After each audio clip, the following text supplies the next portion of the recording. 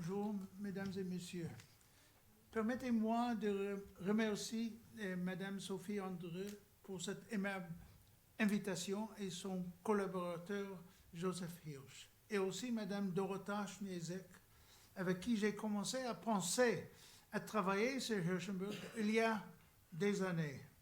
C'est un grand plaisir pour moi, Monsieur Salmon, d'être de retour au musée où j'ai passé de nombreuses heures il y a plus de 20 ans à travailler avec l'ancienne directrice du musée, Madame Sigal-Klagswald, et bien d'autres sur l'exposition Le Juif errant, un témoin de temps. Hirschenberg était à la fois au témoin de son temps et un exposant créatif de ses défis à la vie juive d'Europe d'Est. C'était l'objectif de Madame Professeur Reiner et de moi-même en écrivant ce livre. Et mes sincères apologies pour mon français canadien. Qui est excellent. Les artistes juifs ou les artistes d'origine juive sont souvent impliqués dans les tiraillements des réceptions historiques, issus d'un milieu culturel et politique qui a d'une façon ou une autre laissé son empreinte sur leur créativité artistique. Ils sont parfois considérés comme appartenant au panthéon d'un héritage national, aussi changeant et temporaire soit-il. Il existe cependant un autre discours qui cherche à situer leur art dans le cadre de la créativité ou de l'identité juive, attribuant à leur origine juive des œuvres d'art n'affichant nulle connexion évidente ou minimale à une autre source juive. Un large éventail d'arguments est invoqué, de nature parfois contradictoire, pour faire entrer ces œuvres dans le domaine d'une influence juive, suggérant un message sous-jacent, idéologique, conscient ou subconscient.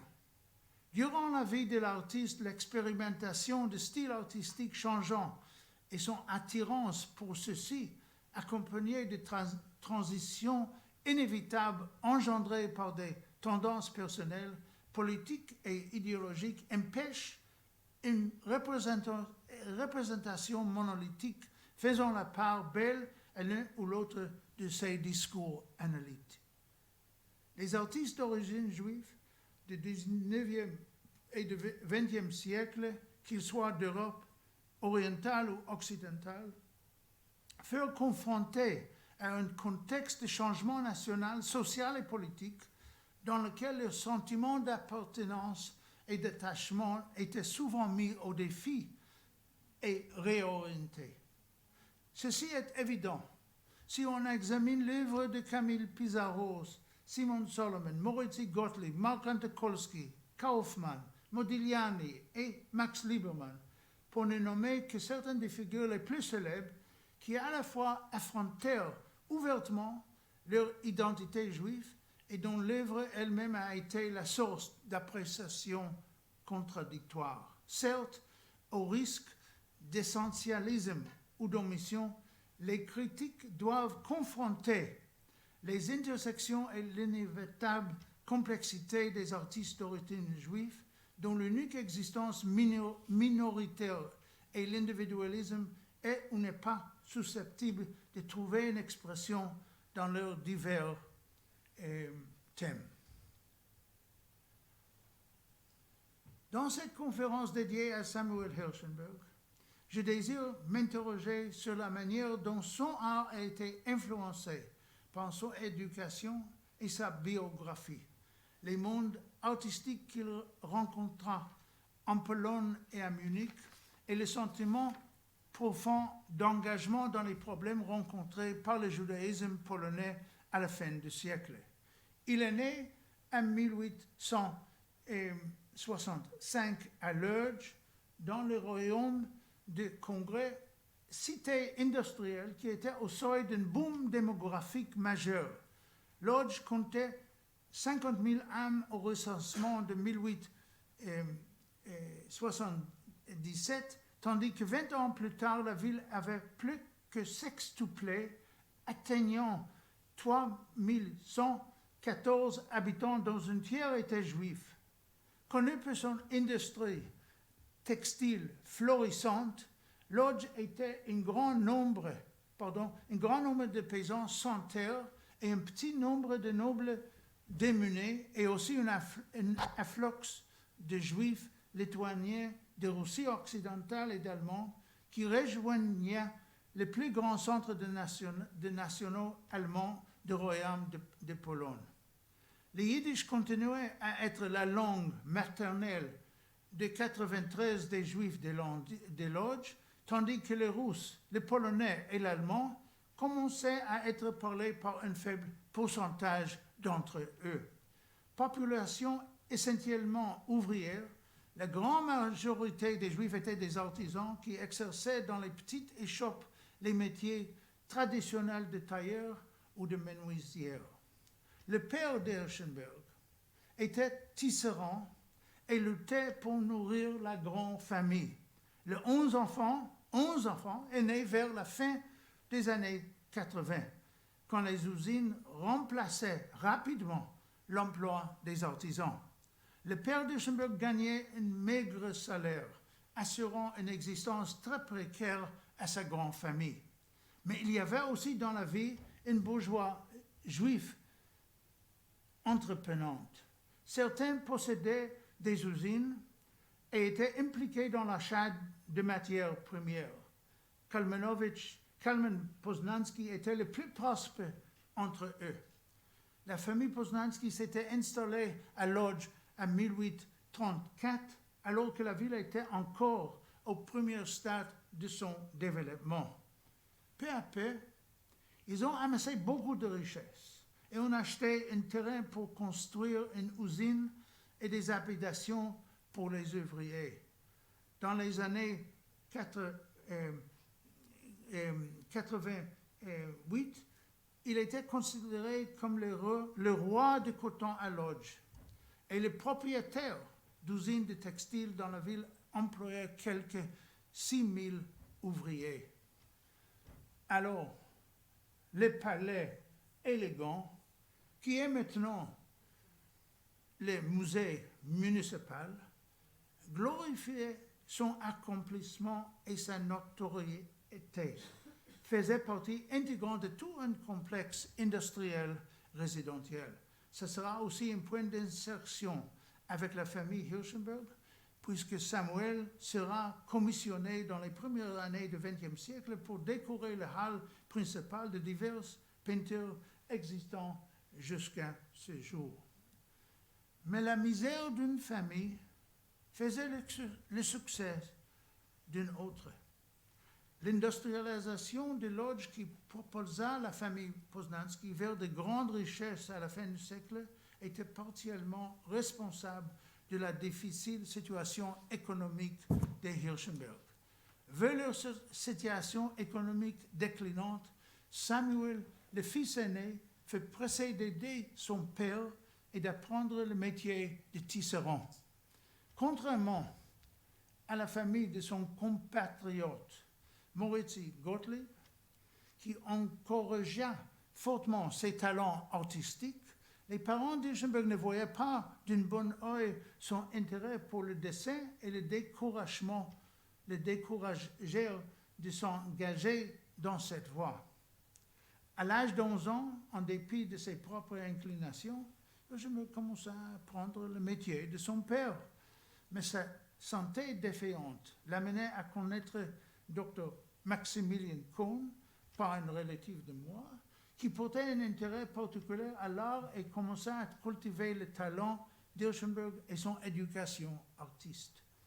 C'est Kohn qui réussit à libérer Hirschenberg de la tutelle de ses parents et à soutenir son départ à l'âge de 15 ans pour Cracovie pour y étudier l'art. Cracovie hébergeait un milieu beaucoup plus dynamique, culturellement et idéologiquement, que sa ville natale, et une école des beaux-arts très en vue. L'école des beaux-arts de Cracovie, sous la direction de l'artiste national de Pologne de l'époque, Jan Matejko, l'école était devenue un terrain essentiel d'entraînement pour des artistes polonais de premier rang de la génération, dont Gottlieb qui mourut malheureusement à l'âge de 23 en 1879. Espérant suivre ses traces à l'école où celle-ci avait étudié, Hirschenberg vint à Cracovie, ville de Galicie ayant reçu une autonomie à l'intérieur de l'Empire austro-hongrois et où les Juifs jouissaient d'une pleine égalité de droits depuis 1868. Hirschenberg y restait 2 ans et il a étudié avec plusieurs artistes polonais comme les Polonais Władysław Łódzkiewicz. C'est un très bon travail. La grande visite de Casimir chez Estoka. Il vivait chichement de maigres subsides qu'il recevait de ses soutiens à Lodz, mais Hirschenberg était séduit par la beauté de la vie, avec sa riche architecture, sa tradition historique et les sites juifs attirants, si totalement différents des Lodz natives de Hirschenberg. La vie et son mélange de traditions restera une source de désir pour le jeune artiste qui finit par y retourner 2 décennies plus tard à un moment très difficile de sa vie. Ce fait à Cracovie qu'il créa son carnet de croquis d'étudiants, lequel donne un aperçu remarquable de sa vie à cette période et plus tard, de même que c'est un dossier personnel extrêmement rare de son exploration artistique qui se répercuta dans ses créations des années plus tard. La première date enregistrée dans le carnet est le 22 mai 1883. C'est magnifique ici, comme ça. La page de droite est remplie de gribouillages et d'inscriptions révélant certaines de ses pensées et sentiments. Au-dessus d'un détail, d'une esquisse non achevée montrant un tissu avec ses plis, Hirschenberg dessina avec une précision extraordinaire la signature de Jan Matejko et un monogramme décoratif ajoutant un H élaboré qui se réfère à son propre nom de famille. Ce H majestueux est décoré d'un motif floral et de métier à tisser au-dessus des initiales de Matejko, tandis que le dicton latin « Sic transit gloria mundi », ainsi passe la gloire du monde, de ce monde est ajouté sur le côté de la page. On peut se demander si cela doit être comme l'expression d'un jeune artiste passionné qui s'imagine assumant sa place parmi les grands artistes polonais ou, au contraire, si cela rappelle une remarque antisémite émise par Matejko quelques mois plus tôt à l'ouverture de l'année scolaire. Hirschenberg a dessiné aussi sur la même page, une image partielle d'un soldat portant un casque, faisant écho à des personnages de l'histoire de la Pologne dans l'œuvre de Matejko. En outre, l'inclusion du nom de Łódzkiewicz à côté du monogramme de Matejko peut signaler que le jeune étudiant cherchait ici sa propre signature d'artiste aspirant à la gloire de ses illustres mentors. D'autres pages de son carnet sont remplies de dessins de quartiers historiques de Kazimierz, lieu qui aurait bien pu plaire aux sensitivités juives d'Hirschenberg. Il a trouvé en Stanislav Debicki, son condisciple, un alter ego avec qui il flânait dans les rues de Kazimierz, esquissant des types juifs, des marchands de rue et de vieilles maisons pittoresques de quartier. Hirschenberg et Debicki furent rejoints sur Marian Wawrzyniecki, qui ne tarissait pas d'éloge pour les deux artistes. De partager une amitié et des intérêts communs avec ces deux artistes polonais de talent peut avoir pour lui à surmonter l'animosité de Matejko. Le carnet de croquis reflète de manière impressionnante la portée de regard d'Hirschenberg à Kazimierz. Sa quête artistique s'étend bien au-delà des sujets juifs. Beaucoup de gens ordinaires, ouvriers, femmes avec enfants et passants font leur apparition. À ce stade, et probablement même avec d'arrivée à Cracovie, il avait abandonné l'observance juive traditionnelle. Maîtrisant la langue polonaise, il pouvait libre suivre ses intérêts intellectuels naissants, son emploi de temps hebdomadaire, Shabbat compris, pour la phase initiale de ses études notées dans le carnet et croquis en polonais affirment cette direction. Et s'il y a quelqu'un ici qui voit les Polonais, alors on voit ce qu'il a écrit ici. Là, il prévoyait des études pour l'étude du français, de l'histoire, de la philosophie et de la Bible. La pratique religieuse est absente du programme, tandis que l'exercice physique, le jeu d'échecs et la musique sont clairement notés. Vers la fin d'année scolaire 1882-83, il sentit que son développement artistique exigeait un changement de lieu. Les années à Cracovie l'avaient mis en contact avec des artistes polonais importants et prometteurs. L'héritage laissé par Gottlieb, l'essence juive de Casimir, les courants antisémites et une immersion dans l'étude de l'histoire et de la culture juive. Hirschenberg avait profondément mouru autant en termes de sa vie artistique et que de sa vie intérieure, et il était à présent bien équipé pour se forger une carrière en terrain allemand. En 1983, il suit la route de nombreux artistes polonais, comme Matejko, Gierymski et Gottlieb, et il se rend à Munich, un de ses centres phares de l'art à l'époque, et dont son académie d'art, alors dirigée par Alexandre Wagner, un artiste distingué traitant de thèmes historiques. Il poursuivra son éducation artistique jusqu'à 1988. Tandis qu'il continuait à lutter à Munich pour son existence et souffrait de périodes de maladie, de faim et de désespoir absolu, il devint profondément attaché à la ville et il retourna en plusieurs occasions au cours des 2 décennies suivantes. À Munich, il atteint une maturité, je pense, et à cours de ces années, il commença à exposer ses œuvres dans plusieurs salles de chacune des villes où il étudia. Des thèmes qui devaient rester essentiels dans son œuvre apparaissent dans plusieurs tableaux dès les années 87-88, avant son départ pour une période d'études ultérieures à Paris, à l'Académie Colarossi.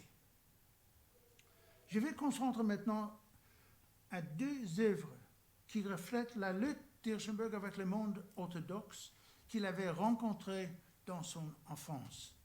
Datée de 87, l'étude d'Hirschenberg d'un groupe de 5 juifs veillant la nuit pour étudier le Talmud et un genre de scène typique qui attirait l'attention d'artistes d'origine juive au XIXe et XXe siècle. Leur représentation d'un engagement studié envers le texte était souvent un mélange de fascination et de rejet, parfois teinté de mélancolie. La yeshiva d'Hirschenberg réunit dans le coin d'une petite chambre les personnages assis autour d'une table près d'une fenêtre avec un rideau. La lumière du matin pénètre déjà la pièce. Les étudiants semblent exténués par la nuit d'études. L'un a cédé à sa fatigue et s'est endormi sur la table, tandis que ses congénères semblent encore éveillés bien que loin d'être plongés dans l'étude. L'homme le plus âgé, probablement leur maître, appuie sa tête sur sa main, les bras posés sur le Talmud ouvert, son esprit dérivant vers des pensées lointaines, perd contact avec l'étude et avec ses étudiants. De plus, il tient sous la table, ce qu'on peut supposer être un livre profane, étranger à l'éducation religieuse. La peinture offre un commentaire poignant du monde de l'étude juive. Il montre l'énergie et l'endurance demandées pour préserver la rigueur de l'étude, mais il manque la participation, l'enthousiasme et l'espoir. En ce sens, la peinture s'écarte de l'imagerie du genre typique, affirmant le tournant d'Hirschenberg vers le réalisme.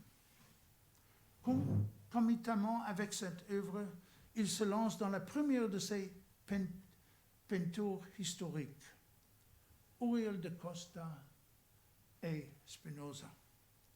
On doit faire une conférence, peut-être une exposition, monsieur le maître, sur Spinoza. Peut-être inspiré par la peinture historique de son maître Wagner ou par ses rencontres avec l'intérêt de Gottlieb pour de Costa, Hirschenberg offre un nouvel angle de son engagement envers des célèbres juifs marins du XVIIe siècle. Deux personnages se dressent contre la nature de la société juive traditionnelle, combattent les systèmes de croyances juives de base et s'élèvent contre l'oligarchie des rabbins d'Amsterdam. De Costa fut excommunié à plusieurs occasions à Amsterdam, Venise, Hambourg et Spinoza, comme vous savez certainement, en l'an 1656 par le Mahamad d'Amsterdam pour ce qu'il a été considéré comme ses croyances hérétiques. Le premier, de Costa, se suicida en 1640, apparemment incapable de surmonter son sentiment d'humiliation suivant le rituel dégradant qu'il fut forcé d'entreprendre pour annuler son excommunication. Tant Spinoza que de Costa furent une source d'intérêt récurrent, particulièrement au XIXe et XXe siècle pour les dramaturges, les auteurs et compositeurs et les artistes juifs et non juifs. Que je me crée un lien intime entre de Costa et Spinoza. De Costa est assis en position attentive, accroupé au-dessus d'un petit garçon, alors qu'il regarde profondément au loin d'une manière intense, presque hantée. Il tient les jeunes Spinoza, revers aux cheveux d'or, âgé de 8 ou 9 ans, élégamment habillé.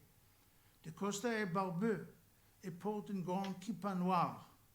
Le livre ouvert sur la table rappelle de la leçon de sciences naturelles que de Costa a apparemment donnée à Spinoza. N'est à l'évidence pas dans son esprit. En fait, son regard pénétrant contraste brutalement avec Spinoza et son comportement, suggérant l'espoir investi dans l'enfant qui regarde les fleurs du coin de l'œil. Comme dans le cadre physique de la yeshiva, la chambre spartiate est nue, outre les livres éparpillés sur les tables et l'étagère. Dans l'esprit des œuvres d'art historiques, Hirschenberg ne se préoccupe pas de précision historique. Spinoza n'avait que 8 ans quand de Costa mourut, et nulle preuve historique n'atteste d'une rencontre entre les deux proscrits. En créant un lien spirituel entre eux, suggérant que Spinoza fut le disciple de Da Costa, Hirschenberg crée une généalogie de 2 libres penseurs juifs et affirme leur signification symbolique pour la culture juive. Il apparaîtrait qu'il voulait exprimer son soutien à à leur orientation et leur lutte contre les rabbins. L'implication et le rangement de l'artiste dans les thèmes juifs reste une préoccupation essentielle de son œuvre et ceux-ci n'ont jamais perdu le pas sur ses paysages, ses portraits, ses compositions décoratives ou d'autres thèmes universels. C'est un très bon, je pense, un très bon travail. Hirschenberg, comme d'autres artistes d'origine juive, rivalisaient pour l'exposition publique de ses œuvres juives, pas moins qu'il ne le faisait pour ses œuvres en général, suggérant qu'il ne voyait pas de raison de renoncer à de tels thèmes ou de les éloigner des yeux du grand public. Après son court séjour de 10 mois à Paris, 48-49, où il étudie et se laisse prendre au nouveau courant artistique que l'on peut voir dans son œuvre magnifique chez un collègue en Pologne, le moderniste et impressionniste La Dame du Parasol Rouge. Mais Hirschenberg doit revenir à Lodz, vers sa famille nécessiteuse. La situation financière de ses parents s'était encore détériorée et nécessitait son aide car ses frères et sœurs ne pouvaient pas aider leurs parents. Et la transition est magnifique parce qu'on voit ici la dame au parasol juive et quand il rentre à Lodz, il fait le repos à Shabbat. Ici, la situation de sa famille dans cette ville intimiste communément, en dépit des coups de pinceau et des roses et gris, il y a un peu de choses impressionnantes. Une atmosphère sombre domine l'ambiance de cette toile. Elle montre une famille juive traditionnelle, des hommes barbeux avec la tête couverte, des femmes et un enfant. Les murs nus et la pièce chichement meublée suggèrent leur pauvreté, tandis que leurs habits lourds et les fenêtres fermées évoquent le froid et l'environnement peu agréable dans lequel ils vivent.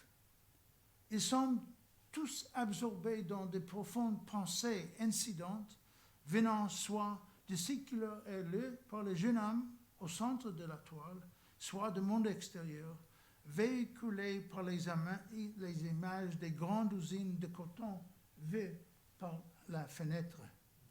Se tenant près de la fenêtre, l'air mélancolique, la jeune femme transmet une présence inquiétante. Même le jeune enfant, qui se repose sur le vieil homme, confère peu de joie à la scène et aucun personnage ne tourne son regard vers la femme malade ou fatiguée, couchée dans le lit. La scène de la famille Hirschenberg ne laisse que peu de place à l'optimisme, ou à la fois en la capacité d'affronter des adversités modernes. On ne sait si Hirschenberg a peint ici sa propre famille ou si, en choisissant une telle scène de genre, il espérait exprimer ses propres sentiments après s'être confronté à la rigueur de la vie de l'ouvrier juif dans sa vie natale.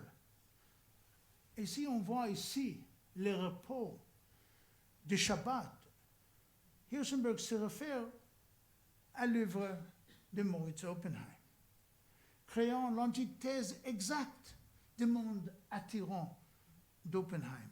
Il n'y a nulle trace chez Hirschenberg de la chaleur et de l'atmosphère conviviale évoquée par l'artiste juif allemand. La sensation de cadre bourgeois qui se dégage de la peinture d'Oppenheim est elle aussi absente de la chambre terne et triste de Hirschenberg. Contrairement à la fenêtre ouverte avec plantes et fleurs variées sur son rebord, la fenêtre de Hirschenberg est fermée à la chaise accueillante, rouge et vide de tableaux d'Oppenheim est maintenant occupée par la silhouette sombre d'un homme qui tourne le dos au spectateur. À l'époque où l'artiste crée sa vision de repos du Shabbat, il apparaît que la famille Hirschenberg, comme de nombreuses familles juives de l'Europe de l'Est à cette époque, vivait un bouleversement total. La migration extensive vers l'Ouest était un objectif commun pour beaucoup et Lodz était dans un état de trouble. En mai 1992, la croissance industrielle de la vie avait éclaté en grève massive. C'est maintenant la même chose ici, certainement, une grève massive des travailleurs d'industrie, des menuisiers, des maçons, des artisans et autres, mais suivie en 1992 par un pogrom contre les Juifs. Beaucoup de maisons et de magasins avaient été volés ou démolis et il y a eu des batailles d'heureux entre nos Juifs et Juifs. Alors, l'artiste pense, dans quelques années, il reprit cette peinture 4 années plus tard et il créa une nouvelle version de repos du Shabbat, ajoutant certains détails et modifiant quelque peu les personnages du cadre familial. Dina Hirschenberg, sa femme, qu'il épousa à Munich en 1996, nota que le jeune homme assis près de la fenêtre lit une brochure au reste de la famille qu'elle appela « Lettres d'Argentine », à qui nombre de chercheurs attribuent le nom du tableau.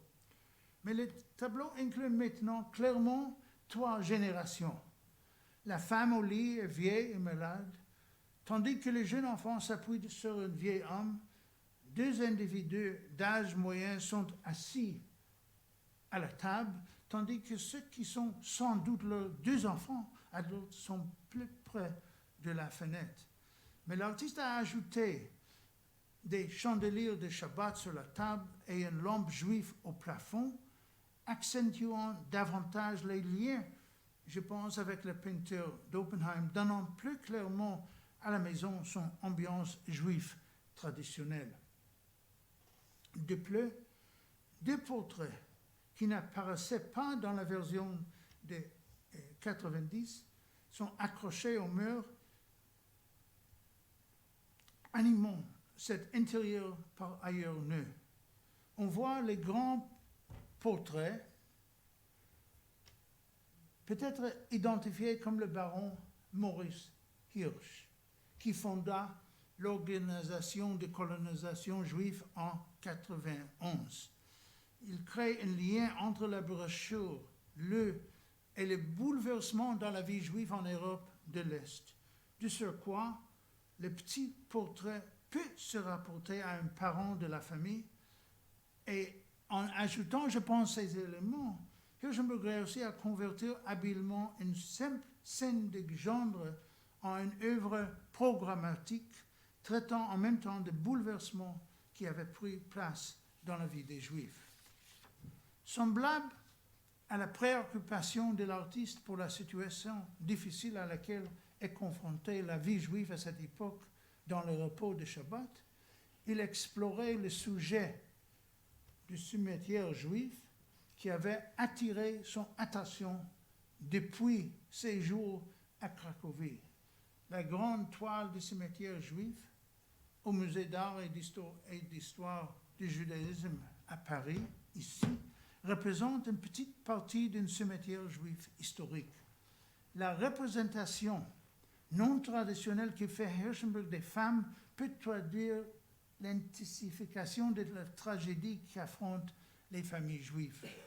Il ne se réfère vraisemblablement pas à un événement historique spécifique, mais au sentiment de dislocation qui fait le lot de nombre de Juifs en ces années-là.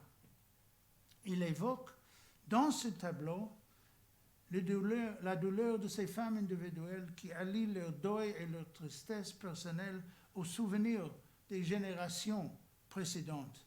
C'est le lien avec le passé et les associations avec les difficultés des Juifs contemporains qui conféra au tableau son attirance publique au tournant du siècle. Mais durant les années suivantes, où il travaillait dans son studio à Lodz, maintenant on dit certainement Łódź, l'artiste était en constante réflexion sur le sort des Juifs. Et maintenant, je vais vous montrer un travail merveilleux. C'est le dernier Juif. Dépeint un Juif orthodoxe drapé dans un grand châle de pierre en profonde contemplation, assis seul à une table face à une unique bougie. Il tient mollement un livre ouvert sur la table, mais ses yeux semblent plus dirigés vers la bougie qui brûle que sur le contenu apparent du livre. Un autre grand châle de pierre jonche la table, laissée en désordre par quelqu'un d'autre, maintenant absent, soulignant la solitude juive. L'atmosphère dans la pièce de ce tableau symbolique est cependant également dominée par le tableau sombre d'un personnage apparaissant sur la droite. Ici, sur la gauche, oui.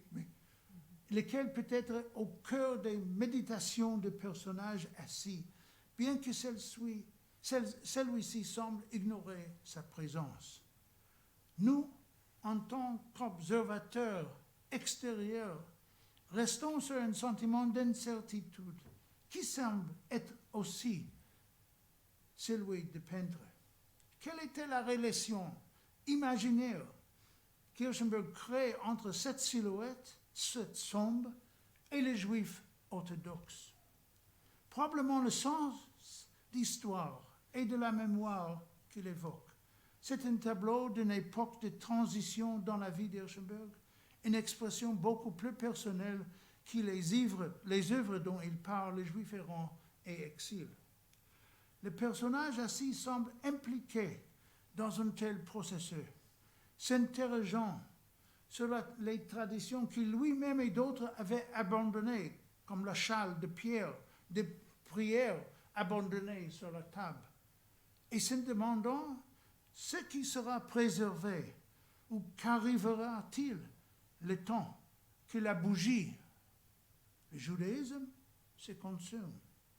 Comme si le personnage orthodoxe était au seuil de passé et méditait sur l'avenir, probablement symbolisé par l'ombre du personnage en face de lui.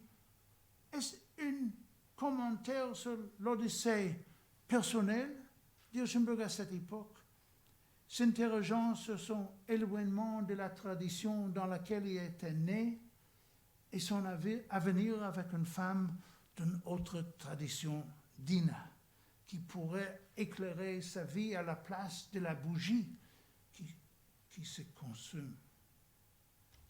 Ce qui devrait suivre fait son classique Juif errant. Alors nous retournons à Juif errant, qui confronte sa préoccupation avec différentes rencontres avec l'antisémitisme en plusieurs occasions et son sentiment pérenne de la fragilité juive. Les Juifs errants d'Hirschenberg réunit crûment la tradition du réalisme polonais dans l'art et une représentation juive de lutte sans fait avec le christianisme. Au centre de deux longues rangées de croix, de bleu au double de sa taille, on voit un juif portant une paille. Regardant rêveur en face, il essaie d'émerger de la vallée de la mort pour échapper au destin des autres juifs dont les cadavres nus jonchent le sol. Les juifs errants, personnages semblables au Christ, a échappé au destin de Jésus sur la croix, mais la foi de son peuple a été périlleuse.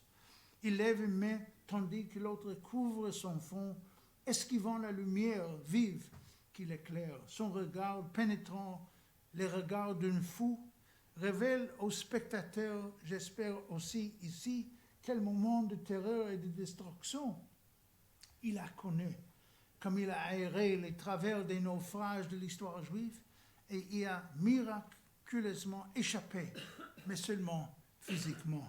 Il quitte l'obscurité, champ étrange, en figure solitaire, sans aucune possession et sans idée claire de l'avenir. Hirschenberg, qui visitait Munich à plusieurs occasions, vit probablement la destruction de Jérusalem par l'empereur Titus, 41-46 du XIXe siècle. C'est le peinture de Wilhelm von Kaulbach. La présentation de Kaulbach de l'incendie de Jérusalem et l'exil des Juifs de la ville par les démons, comme on le voit au bord gauche de l'immense peinture, de indûment secoué Hirschenberg et inspiré directement son tableau. Hirschenberg rejette carrément l'interprétation de Kaulbach en transformant l'enfant légendaire de Christ en une victime et un martyr de la persécution chrétienne. Cela peut en effet avoir été pour Hirschenberg une des sources iconographiques les plus marquantes, bien que l'artiste connaissait probablement aussi les célèbres séries de Gustave Doré quand il créa le tableau des Juifs errants, et Gottlieb aussi. Quelle que fût son inspiration iconographique, le tableau confronte avec force les interprétations chrétiennes antérieures de la légende des Juifs errants et place la charge sur un Juif errant souffrant et sacrifié par le christianisme. En attribuant la cause de la victimisation juive à une source claire, Hirschenberg, contrairement à Gottlieb, ne montre aucune ambivalence sur le sang de la figure d'Asséreux. En ce sens, Hirschenberg affirme une interprétation plus traditionnelle de l'approche larmoyante de l'histoire juive. Et après quelques années, Boris Schatz accrocha les Juifs errants dans le lieu central de Bezalel pendant près d'une génération, parce que le réalisme social d'Hirschenberg convenait à la vision de Schatz et peut avoir contribué à sa décision ultérieure d'inviter l'artiste à se joindre à l'école Bezalel en 1907. Les Juifs errants ne mirent pas à l'exploration d'Hirschenberg de dilemme juif. Les années suivantes, il peignit une série de paysages et travaillait à une commande pour le palais Poznański à Lodz, qui fut achevé en 1903. Ces œuvres allégoriques qui donnent la belle part à la richesse et la puissance du patron Israël Kalman Poznański requièrent une certaine attention dans leur cadre glamour, mais ne constituent pas une rupture dans les préoccupations d'Hirschenberg. Voilà les portraits de Hirschenberg. Dans cette recherche pénétrante pour atteindre l'essence de l'esprit juif, Hirschenberg, comme d'autres artistes juifs avant et après lui, est dans l'esprit d'une réévolution de Christ chez les chercheurs et écrivains juifs, tourna son art pour imaginer des alter ego de Christ. Il lutta aussi avec les significations de Christ pour les Juifs et le judaïsme.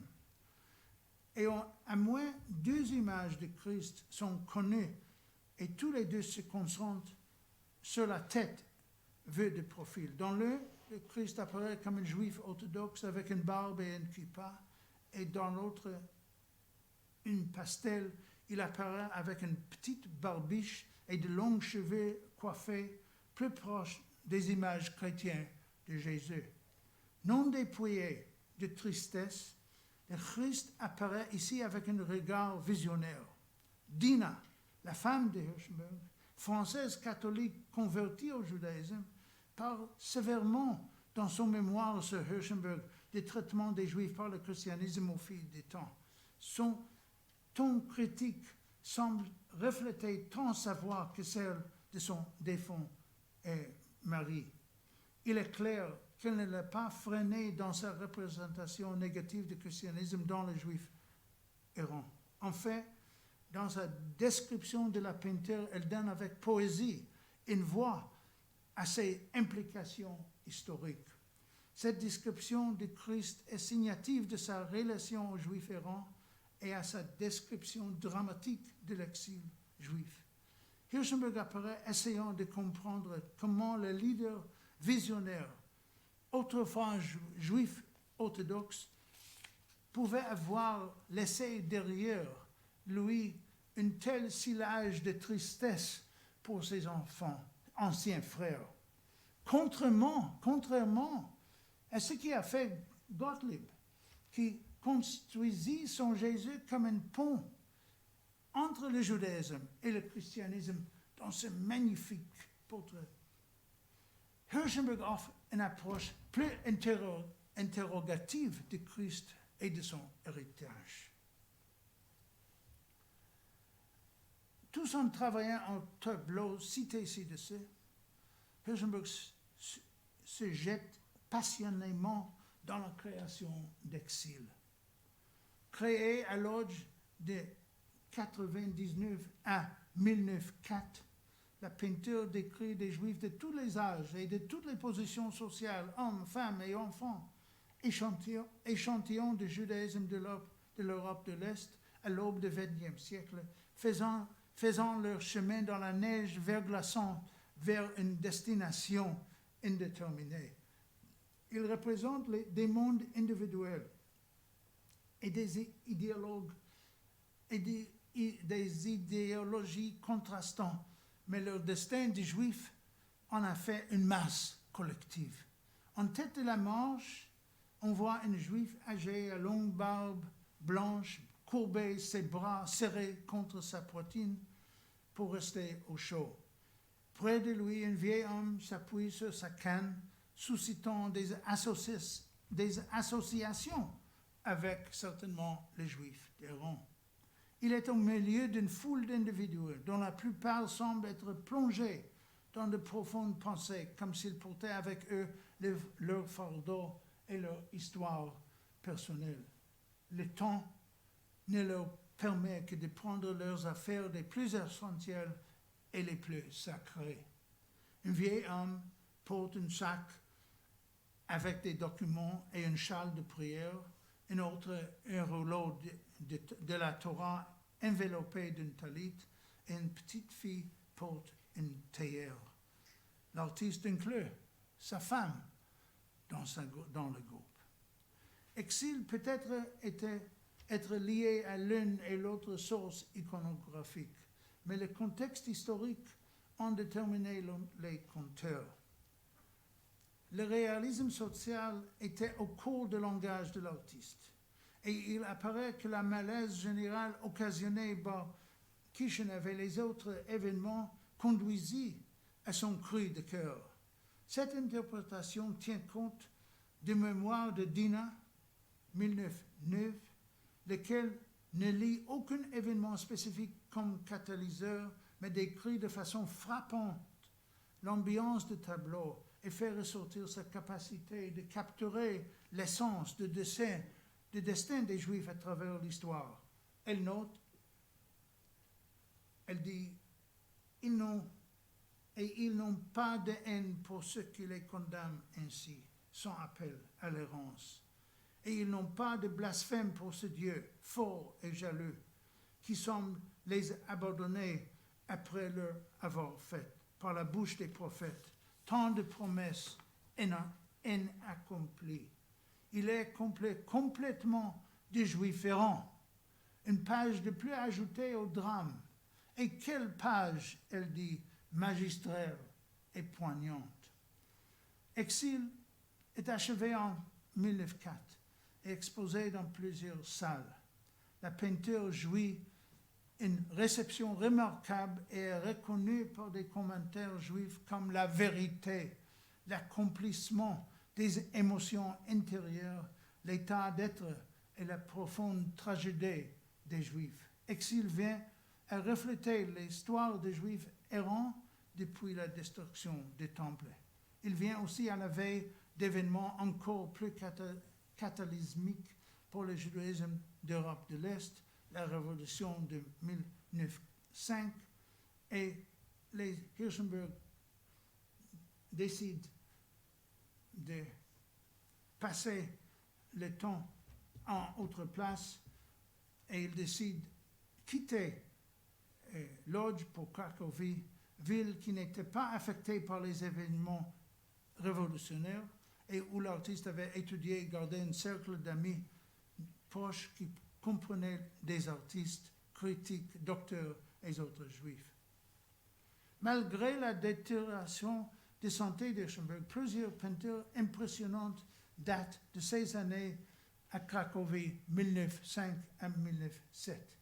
Celles-ci comprennent des portraits des amis et d'autres personnages dans diverses situations.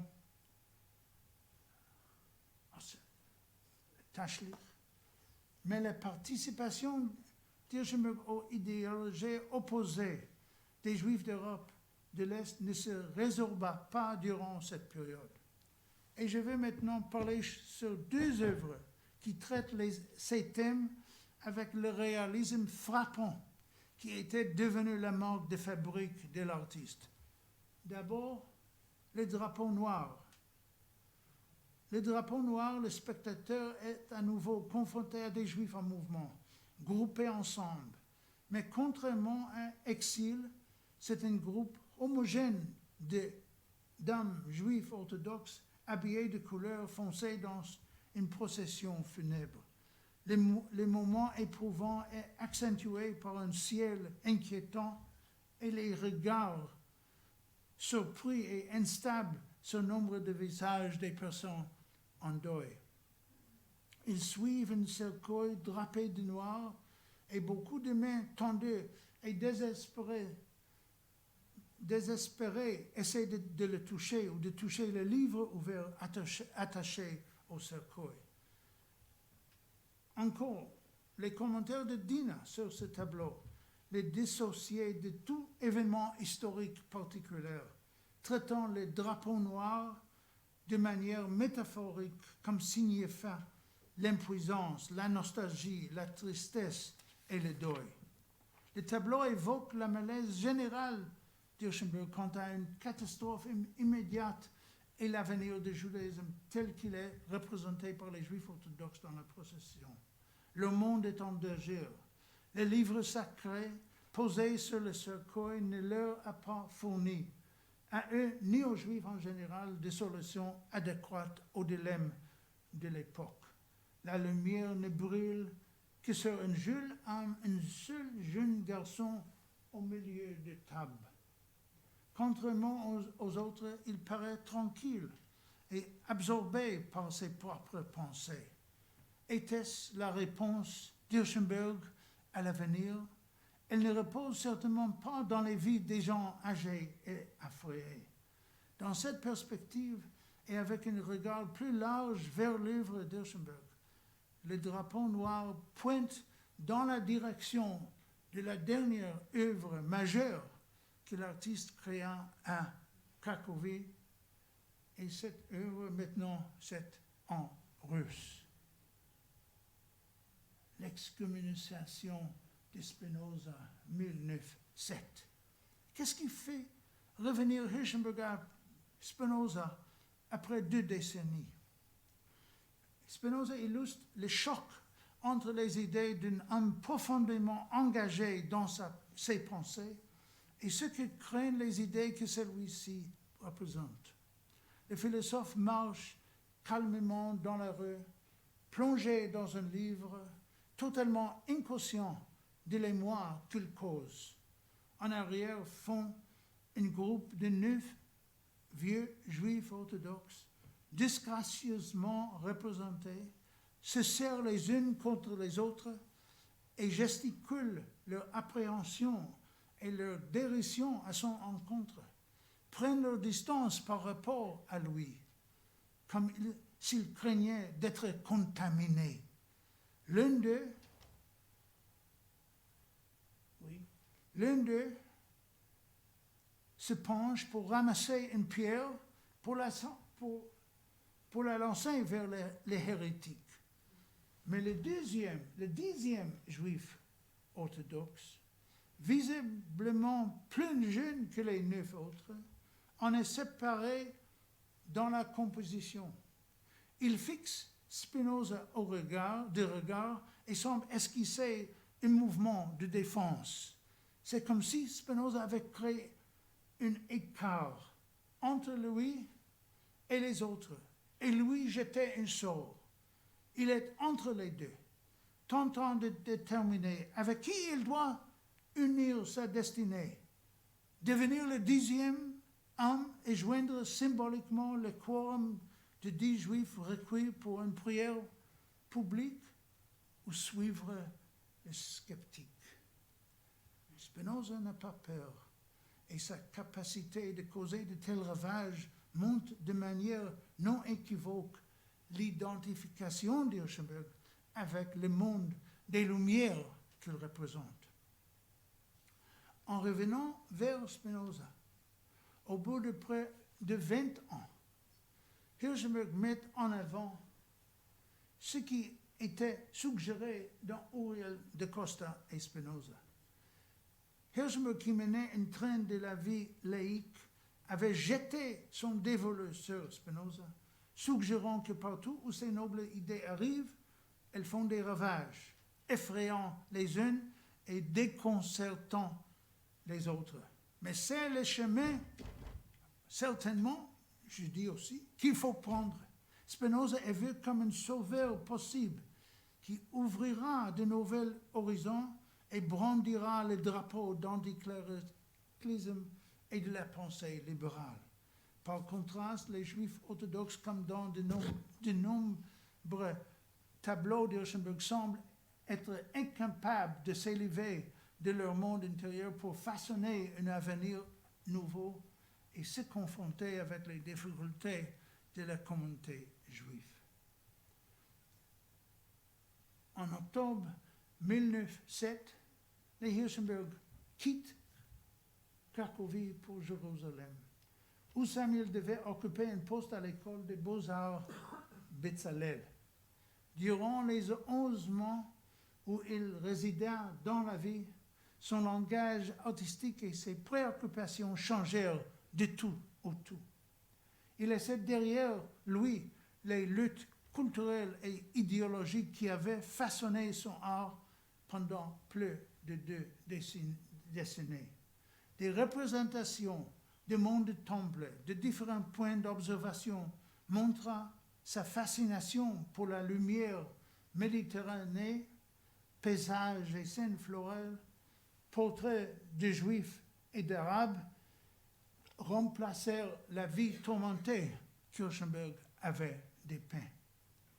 Les mémoires d'Ina rapportent la transformation que l'artiste ressentit durant ces mois, comme il fut pris par son nouvel environnement, s'est radonné sur le monde des oliviers, son immersion dans les odeurs, les sons et le soleil de Jérusalem, et même sur l'homme qui a fait un changement magnitude d'histoire des Juifs, alors Moses, en 1908.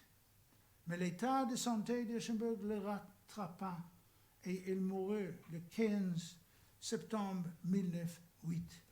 La vie personnelle d'Hirschenberg avait pris un tournant extraordinaire durant ces derniers mois, mais son héritage repose dans ses tentatives perçantes pour interpréter la situation difficile des Juifs au tournant de siècle. Merci beaucoup.